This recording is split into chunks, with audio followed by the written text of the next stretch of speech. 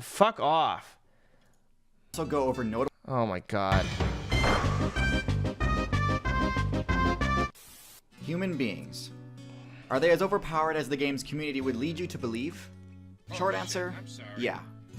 They're the most meta-defining build of all time, and the undisputed top build in the current expansion. Hey, but believe it or not, this wasn't always the case. Humans used to get bodied left and right on a daily basis by other players. And it took a pretty long time before the player base learned how to actually make use of the human build's unique abilities. The story of the humans' rise to dominance is a really interesting one. And so today, we're going to do an in-depth look at the humans' abilities, their strengths, and their weaknesses. Because yes, they do have weaknesses. We'll also go over notable matchups, and finally look at the steps human players took in order to reach their dominant status. First, their unique abilities. I touched on this topic in my video about primates, but I'll recap here and also go into more detail. First off the bat, we have their ability to throw things. Other builds can throw things, but humans can do so harder, faster, and further than anyone else. And more accurately. The reason for this is their body structure. Bipedal builds are tough to balance, both in the game development sense and the center of mass sense. Throwing an item with any real force behind it requires serious balance, achieved only by having shorter arms and longer legs. This is why humans can launch projectiles at deadly speeds, whereas other primates kinda just lob things without putting much effort into it. If they tried to, they would knock themselves over. Even if chimpanzees could figure out how to craft a spear, there's no way they could throw it hard enough to deal any significant damage. Next, their stamina regeneration. Humans can chase down anything. If you try to run from a human, you might outspeed them initially, but you'll run out of stamina much sooner than they will, and they'll catch up to you while you're in your weakened state. This is partially because of their superior balance, but mostly it's because of the human build's unique choice to millions died through history. Stop. You will be forgotten in like 100 years. Oh my god. This gives them access to the extremely broken ability Sweat. Every other current build that's decent at distance running recharges stamina by using the move Pant.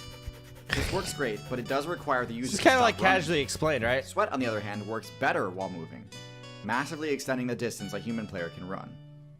They've got a few other important abilities that are essential to their kit, but aren't unique to humans. You Their should ability use your to last speak wish is unique request among immediately, little dumb virgin. Dude. mammals, but some birds can pull it off too.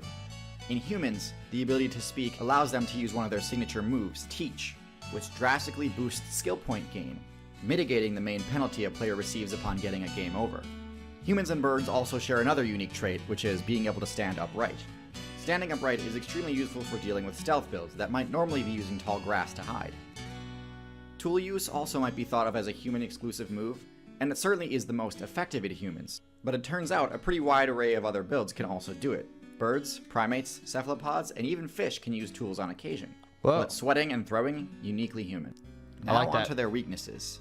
And I wanna yes, see it's this. true that currently most human players can subvert these with their crafting skill.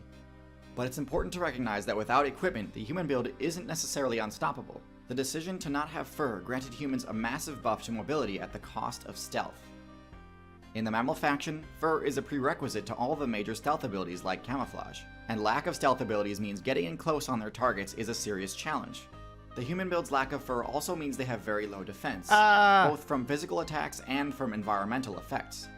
Bare skin offers almost zero armor, to the point where even players from lower weight classes have no trouble dealing damage to humans.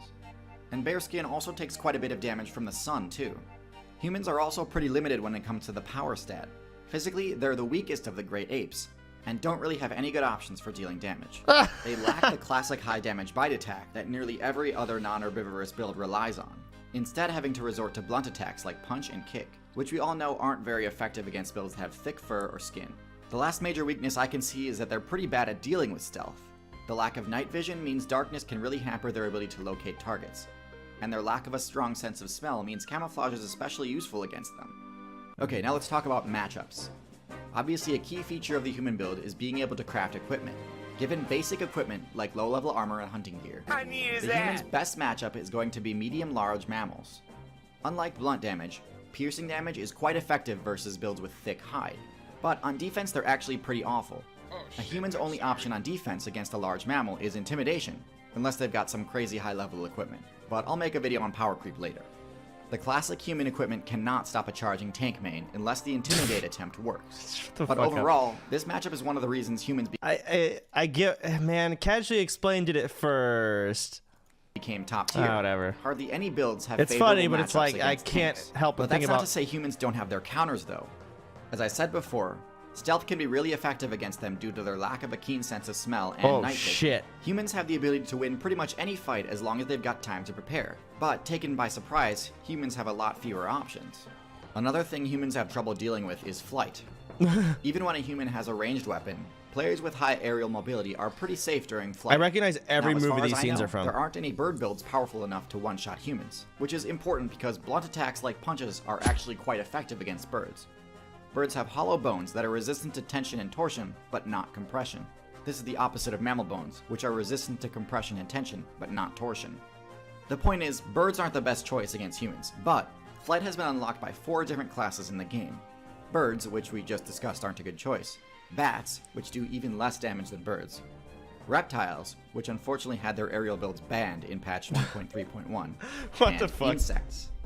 Flying eusocial insects have by far the best matchup versus humans in the entire game. Humans have 0 counterplay against a swarm of stinging insects. I mean, sure, there are special items that they can use to combat swarms if they're prepared, but the amount of human mains who've chosen that as one of their prestige abilities is pretty small. Humans' lack of fur means they have no innate defense against stings. Stings also have the chance to proc the anaphylaxis debuff, which can actually lead to a game over. Debuff. And it's for this reason that the high Okay. score for human eliminations belongs to the Africanized honeybee, known better by its community-given name, the killer bee. And even if the stings don't proc the allergic reaction effect, they will still definitely achieve their primary goal of dropping their resolve to 0 and granting you control over the territory. And we can see that lately the viability of killer bees has only been growing now that they've expanded their territory outside of Africa. Wait, I thought killer Which bees were brings me going. to my main point. Oh, Are humans honeybees. overpowered? Difference.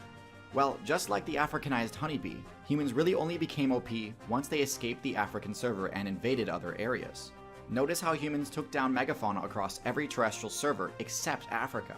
The African tank mains have the matchup experience and counterplay options to deal with the vast array of skills humans have access to. But the rest of the community was totally unprepared to deal with the rapid invasion of new human mains invading their competitive scene. In other words, the devs could have prevented the massive destabilization of the current meta if they'd region-locked humans.